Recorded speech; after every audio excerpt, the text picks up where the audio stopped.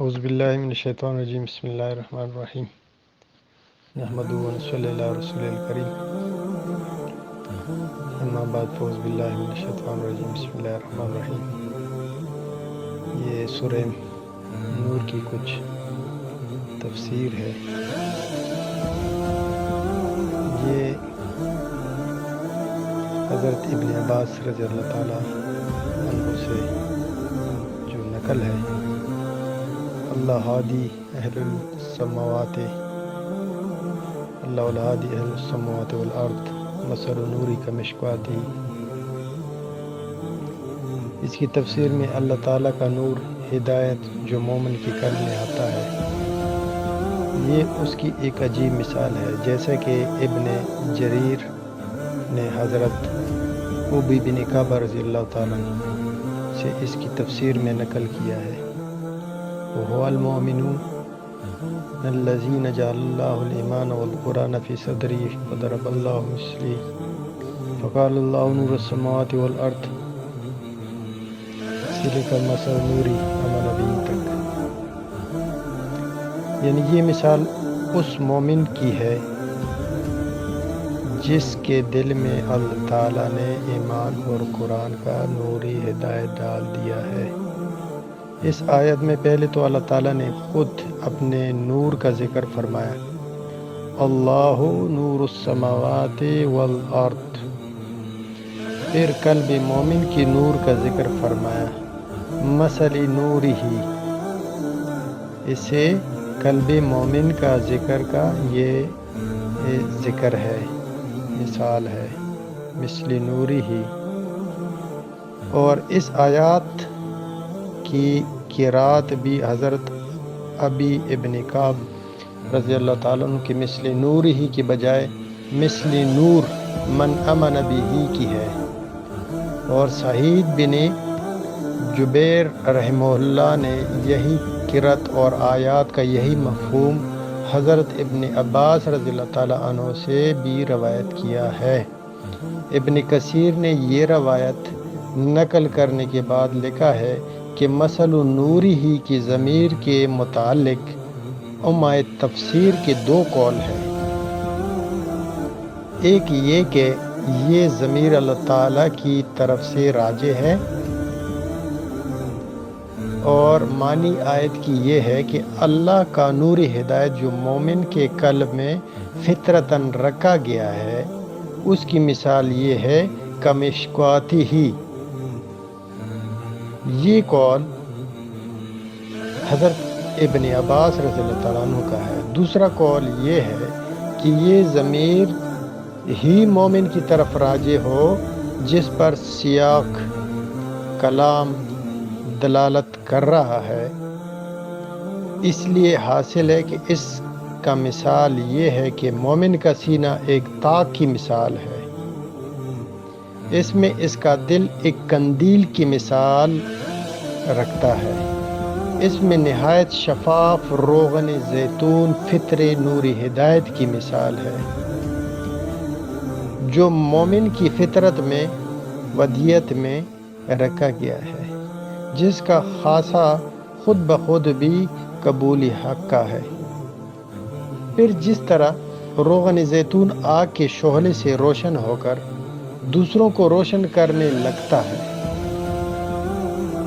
اسی طرح فطر نوری ہدایت جو قلب مومن میں رکھا گیا ہے، جب وحی الہی اور علم الہی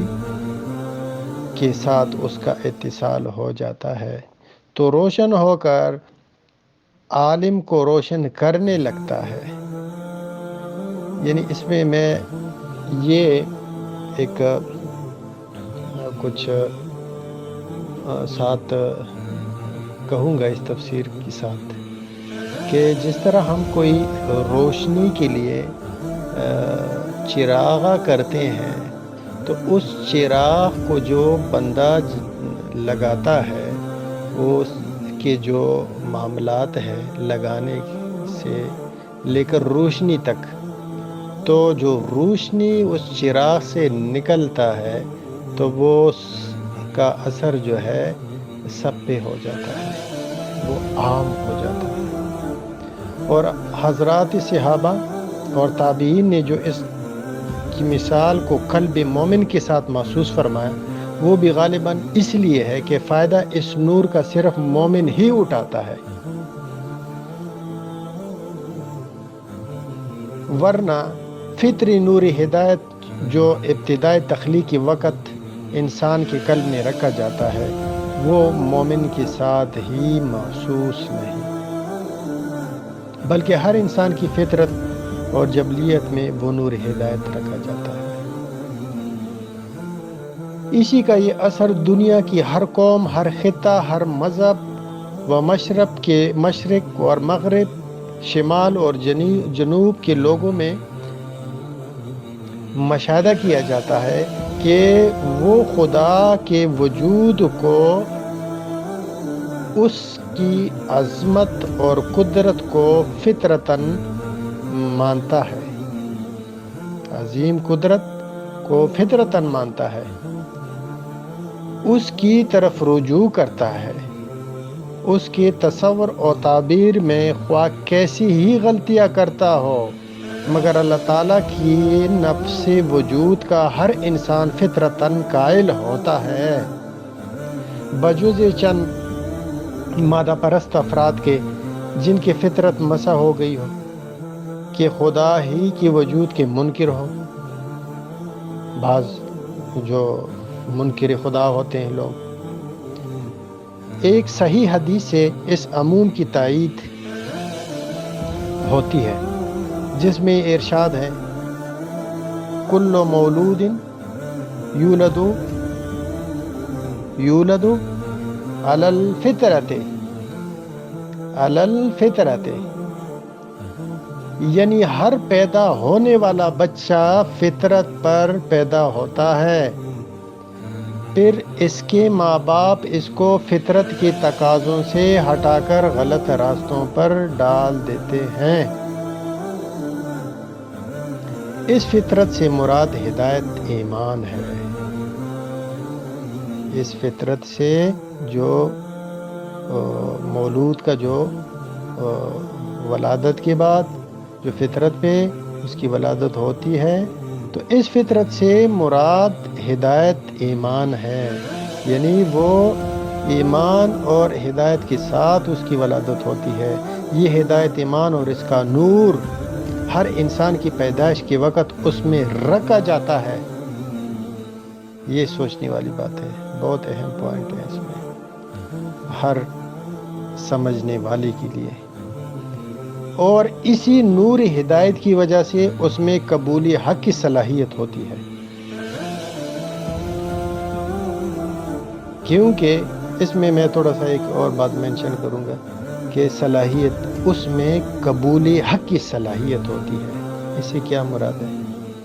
اس سے مراد یہ ہے کہ جب جہاں کہیں پہ اندھیرا ہو تو اندھیرے میں کوئی چیز دکھائی دیتا ہے کسی کو؟ نیور، کبھی نہیں۔ جہاں روشنی ہو تو روشنی ہی میں ہر چیز صاف نظر آتی ہے۔ اب جب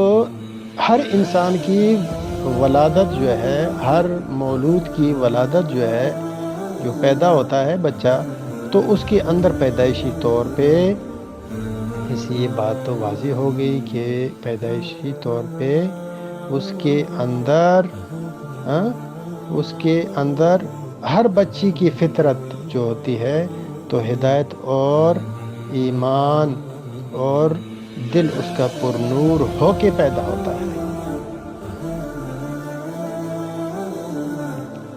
ٹھیک ہے،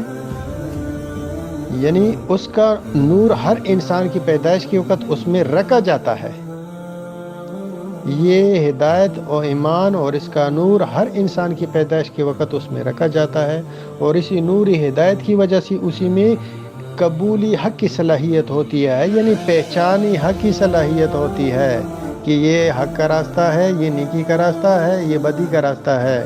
یہ اللہ کی طرف جا رہا ہے، اور یہ شیطان کا راستہ ہے، شیطان کی طرف جا رہا ہے، یہ جنت کا راستہ ہے اور یہ جہنم کا راستہ ہے۔ جب انبیاء اور ان کے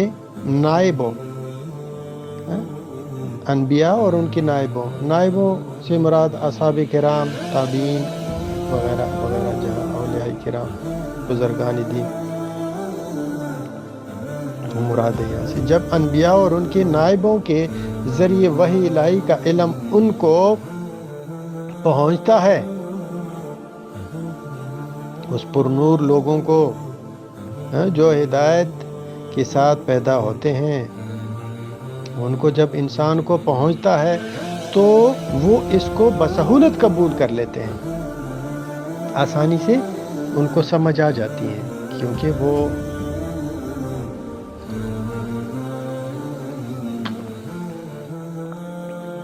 حق کو پہچان جو ہے نا، اس کو حق کی پہچان جو ہے بآسانی سے ہو جاتی ہے، اور وہ اس کو قبول کر لیتے ہیں، بجوز ان ممسوح الفطرت لوگوں کے جنہوں نے اس فطری نور کو اپنے حرکتوں سے مٹا ہی ڈالی ہے۔ اس میں مجھے وہ ایک حدیث یاد آ گئی اس بات پہ، اس تفسیر میں، کہ سرکار دو جہاں حضرت محمد مصطفیٰ صلی اللہ علیہ وسلم خاتم الانبیاء والمرسلین کا ارشاد ہے کہ انسان کا دل جو ہے نا، وہ بالکل صاف ہوتا ہے، یہ بات ظاہر ہوگی اس میں، وہ بالکل صاف شفاف ہوتا ہے، سفید بالکل صاف ہوتا ہے، پر نور ہوتا ہے، لیکن جب انسان گناہ کرتا ہے کرتے اس گناہوں کی وجہ سے اس کا رنگ بالکل کالا سیاہ ہو جاتا ہے، کالا دبا اس پہ لگ جاتا ہے، اور اس میں سختی آ جاتی ہے۔ پھر اس پہ جب سختی آ جاتی ہے تو اسے پھر یہ ہے کہ اس دل کو، اس انسان کو پھر کیا ہوتا ہے، حق اور باطل کی پہچان مشکل ہوتا ہے، دل سے وہ نرمی نکل جاتی ہے، وہ نور جو ہے، جو فطرتی طور پہ اس کو ملا ہوتا ہے، وہ اس کے اوپر ایک دبا سا لگ جاتا ہے، اس کو پھر جو ہدایت کی باتیں ہیں وہ اس کے دل میں بڑے مشکل سے جاتے ہیں، وہ راستے اس نے سارے بند کر دیے۔ شاید یہی وجہ ہے کہ اس آیت کی شروع میں تو عطائے نور کو عام بیان فرمایا ہے، جو تمام آسمان والوں اور زمین والوں کو شامل ہے، مومن کافر کی بھی کوئی تخصیص نہیں ہے۔ اس نور میں مومن یہ عموم ہے، عموم میں بیان کیا گیا ہے، یعنی جو تمام آسمان والوں اور زمین والوں کو شامل ہے، ٹھیک ہے۔ شاید یہی وجہ ہے کہ اس آیت کی شروع میں تو عطائے نور کو عام بیان فرمایا، یہ عام ہے ہر کسی کے لیے، جس طرح الرحمن، الرحیم، الرحمن خاص ہے، رحیم عام ہے۔ الرحمن رحم کرنے والا، الرحیم مہربان، الرحمن الرحیم۔ الرحمن خاص مومنین کے لیے، اللہ جل شانہ رحم کریں گے، قیامت کے دن رحم والا معاملہ کریں گے ایمان والوں کے ساتھ، صرف جسٹ اونلی مسلم۔ اچھا، الرحیم عام ہے، عام ہے، وہ کس طرح کہ اب دیکھیں، الرحمن رحم کرنے والا دنیا میں بھی اور آخرت میں بھی، صرف جسٹ اونلی مومنین کے لیے، ایمان والوں کے لیے، اور رحیم رحم کرنے والا دنیا میں صرف دنیا میں جتنے بھی مخلوقات ہیں، انسان ہے، کافر ہے، مشرک ہے، عیسائی مذہب سے ہیں، جس مذہب سے بھی ہے، تمام انسان، حشرات، حیوانات، سب کے لیے عام ہے۔ اللہ کی یہ جو رحیم ہے، رحم کرنے والا ہے، یہ جو ہے نا عام ہے، ہر کسی کے لیے یہ ہے۔ الرحمن خاص ہے۔ تو اس میں جو ہے نا یہ جو نور ہے یہ عام ہے، اس کو عام بیان فرمایا ہے جو تمام آسمان والوں اور زمین والوں کو شامل ہے۔ اس میں مومن کافر کی بھی کوئی اس میں تخصیص نہیں ہے۔ اور آخر جو آیات میں یہ فرمایا یہدی اللہ لنورہ من یشاء، یعنی اللہ تعالی اپنے نور کی طرف سے جس کو چاہتا ہے ہدایت کر دیتا ہے۔ یہاں معشیت الہی کی قید اس نوری فطرت کے لیے نہیں جو ہر انسان میں رکھا ہے، بلکہ نور قرآن کے لیے ہے جو ہر شخص کو حاصل نہیں ہوتا بجوز اس خوش نصیب لوگوں اور انسانوں کے جس کو اللہ تعالیٰ کی طرف سے توفیق نصیب ہو، ورنہ انسان کی کوشش بھی بلا توفیق الہی بیکار ہے، بلکہ بعض اوقات موزر بھی پڑ جاتی ہے، نقصان کا سبب بھی پڑ جاتی ہے۔ تو یہ اس آیت کی کچھ تفسیر تھی۔ پاک میری کمی بیشی معاف فرمائے۔ سورہ نور جو ہے یہ بہت ہی سارا قرآن جو ہے نا تمام انسانوں کی جناتوں کی اصلاح کے لیے اللہ جل شانہ نے اس کے احکامات نازل فرمائے ہیں۔ اللہ جل شانہ ہم سب کو اس پہ عمل کرنے کی توفیق عطا فرمائے۔ اور سورہ نور میں کافی ایسے احکامات اور زیادہ تر جو ہے اس میں عورتوں کے جو مسائل ہیں وہ بھی کافی زیادہ بیان کیے گئے ہیں۔ تو ان کے تقوی پہ، ان کے حجاب پہ اور ان کی حفاظت پہ بہت زیادہ زور دیا گیا ہے۔ تو جہاں تک مجھے اس آیات کا بتایا گیا تھا تو اس کے مطابق میں نے اس کی تفسیر آپ لوگوں تک پہنچا دی۔ اللہ پاک اپنے دربار میں قبول و منظور فرمائے۔ السلام علیکم ورحمۃ اللہ وبرکاتہ۔ اچھا ناظرین، وہ تو اس ایک آیت کی تفسیر میں نے بیان کی۔ سورہ نور کے بعد جو ہے نا خصوصیات،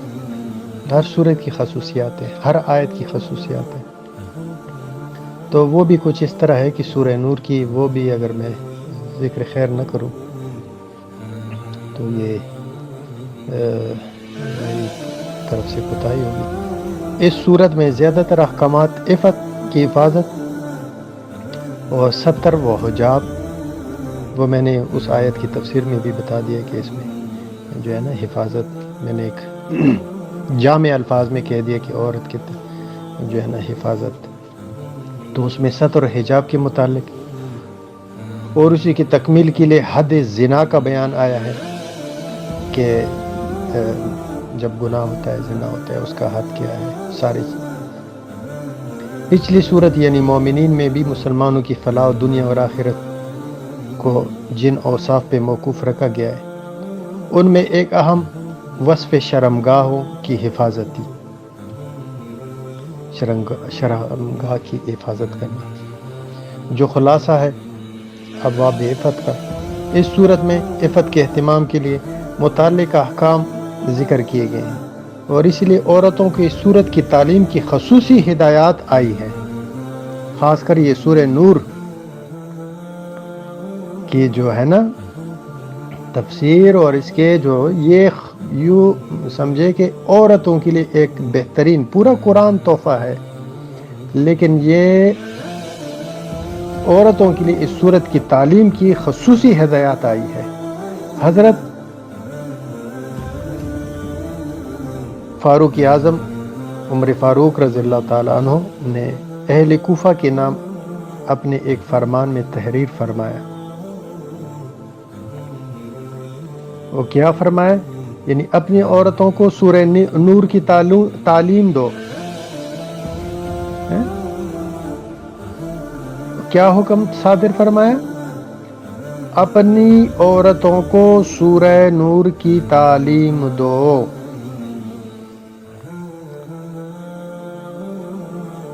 علم النساء النساءکم سورہ نور، اپنی عورتوں کو سورہ نور کی تعلیم دو۔ خود اس سورت کی تمہید جن الفاظ سے کی گئی ہے کہ سورۃ انزلنا و فرضنا، یہ بھی اس سورت کی خاص اہتمام کا اشارہ ہے۔ تو خلاصہ تفسیر تو بہت ہے ہر ایک آیت کا، تو یہ جو خواص تھے، خصوصیات تھے، وہ بھی میں نے سورہ نور کی جو ناظرین کے سامنے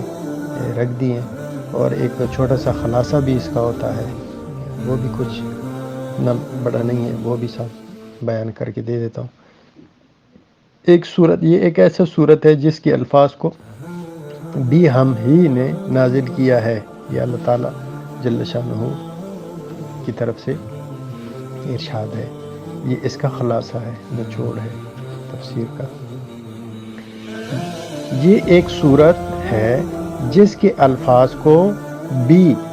ہم ہی نے نازل کیا ہے، دوسرے آیات کی طرح، دوسرے الفاظ کی طرح قرآن کے، اور اس کے معنی یعنی احکام کو بھی ہم ہی نے مقرر کیا ہے، جس طرح پہلے ہم مقرر کر چکے ہیں، ٹھیک ہے؟ خواہ وہ فرض ہے، خواہ وہ واجب ہے، یا مندوب و مستحب ہے، یعنی وہ جس حد میں آ رہے ہیں، لیکن یہ کسی اور کی طرف سے نہیں ہے، یہ اللہ خود فرماتے ہیں اپنے بندوں کو، یہ میری طرف سے ہے، اور ہم نے ان احکامات پر دلیل بھی دی ہے۔ دلالت کرنے کے لیے اس صورت میں صاف صاف آیتیں نازل کی ہے، بالکل واضح فرما دیا ہے، حدود بھی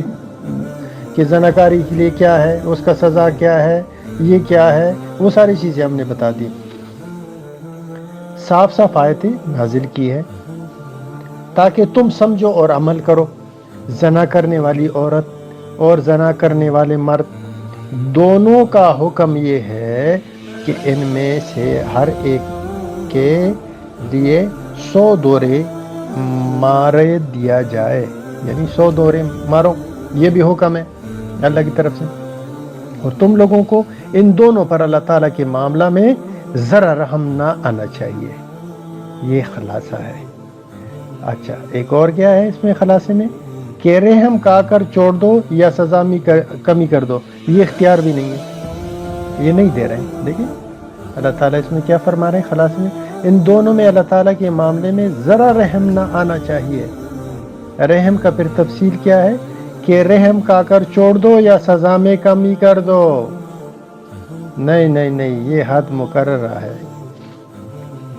اگر تم اللہ پر اور قیامت کے دن پر ایمان رکھتے ہو تو ظاہر ہے جب ایمان ہوگی تو پھر آپ اللہ کے احکامات مانیں گے،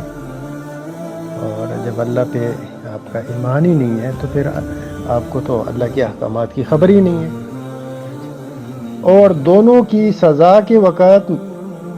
لازم و مظلوم کی سزا کے وقت، ٹھیک ہے، زنا کرنے والا ون سائڈ، دوسری سائڈ سے، دونوں کے درمیان کیا ہے،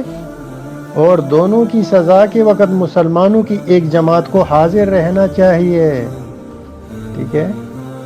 تاکہ ان کی رسوائی ہو اور دیکھنے سننے والوں کو عبرت ہو۔ اچھا، اس میں کچھ ہم اپنے معاشرے کی طرف سے تھوڑا سا دیکھتے ہیں، جو ہمارا معاشرہ ہے، ہمارا ایک کلچر ہے۔ کئی معاملات ایسے ہوتے ہیں اس میں، دیکھیں کئی ایسی باتیں اسلامک پوائنٹ آف ویو سے اس میں گواہان ہے، عورت کی گواہی ہے، مرد کی گواہی ہے، تو اکثر ہم اپنے معاشرے میں دیکھتے ہیں کہ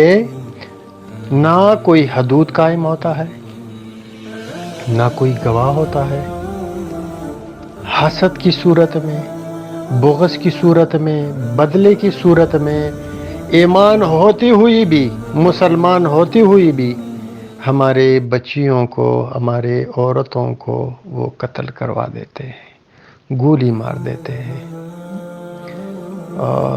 غلط فہمیوں میں جو ہے نا دونوں کو قتل کروا دیتے ہیں، نہ ان کے اوپر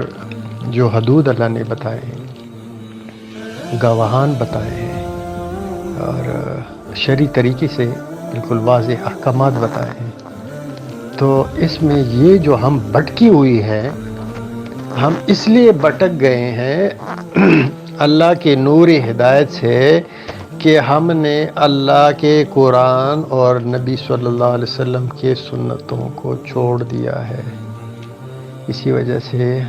جو ہے ہمارے اوپر اللہ کے عذاب ہے، اور اللہ کی جو مددیں ہیں وہ ہمارے ساتھ شامل حال نہیں ہے۔ ہر قسم کے ہم مسائلوں میں گری ہوئے ہیں، ہر قسم کے امتحانوں میں گری ہوئی ہیں۔ امتحانات بھی اللہ کی طرف سے ہے، لیکن اللہ نے اور رسول صلی اللہ علیہ وسلم کے ذریعے سے ہمیں یہ بھی بتایا ہے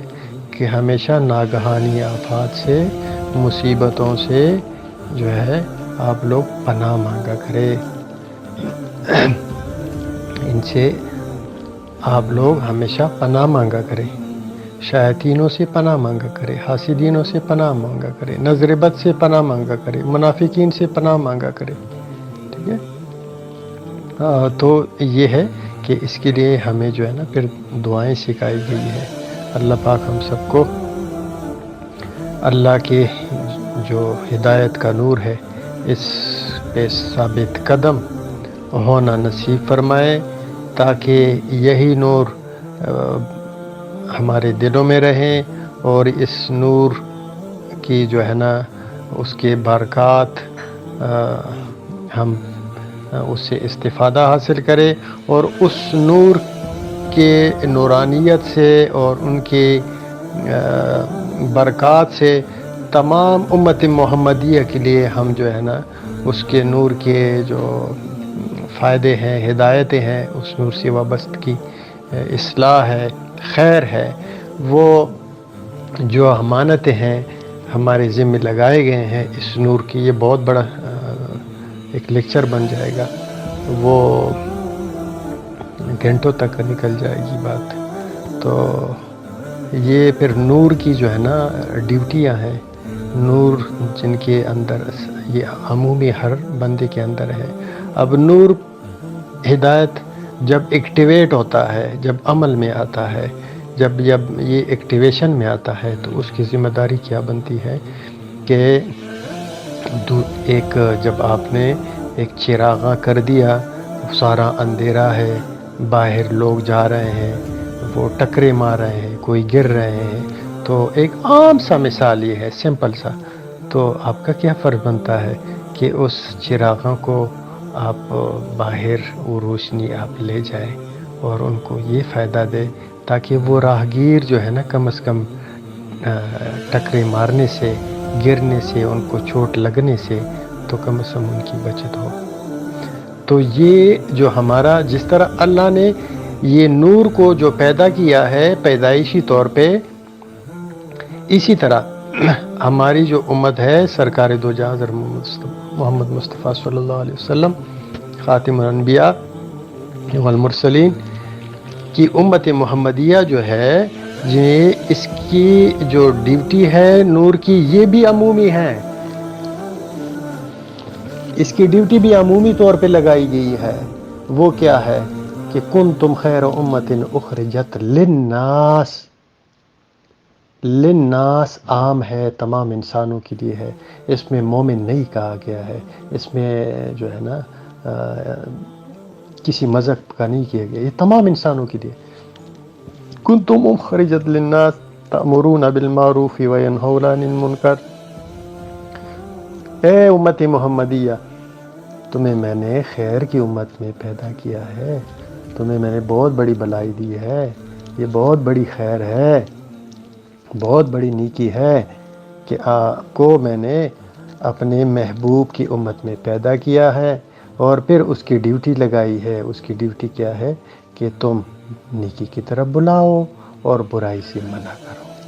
تو یہ وہی اس نور کی جو ہے نا،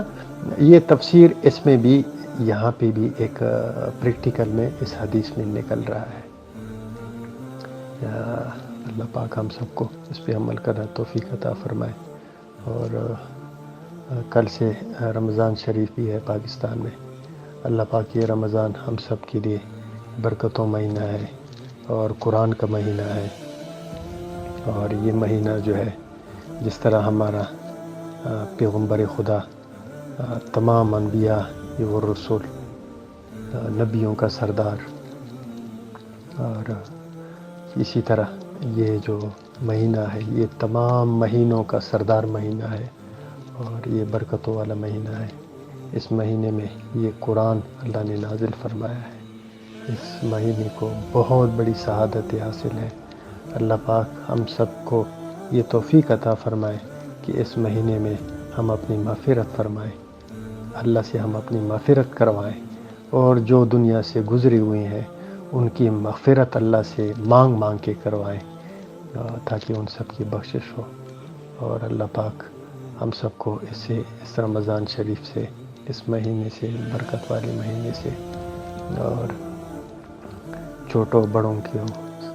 عورتوں کو، بہنوں کو، بچوں کو، اور ہمارے بزرگوں کو، اور ان کے تمام اہل و عیال جو دنیا سے گزری ہوئی ہیں ان سب کی بخشش فرمائے، اور جو دنیا میں زندہ ہے جن کے شرعی حاجتیں ہیں اللہ پاک ان کی شرعی حاجتوں کو پورا فرمائے، اور وہ حاجتیں جو اللہ کی طرف سے اس حاجت میں اس کے لیے خیر ہو، بلائی ہو، کیونکہ انسان کبھی کبھار ایسی چیز مانگتا ہے کہ کل اس کے لیے اس میں نقصان ہوتا ہے۔ اللہ پاک وہ بلائیاں، وہ نیکیاں، وہ جس میں وہ ہم سب کے لیے خیر ہو، آپ سب کے لیے خیر ہو، اللہ پاک جو ہے وہ حاجت غیب کے خزانوں سے پوری فرمائے۔ وما علینا الا البلاغ۔ السلام علیکم ورحمۃ اللہ وبرکاتہ۔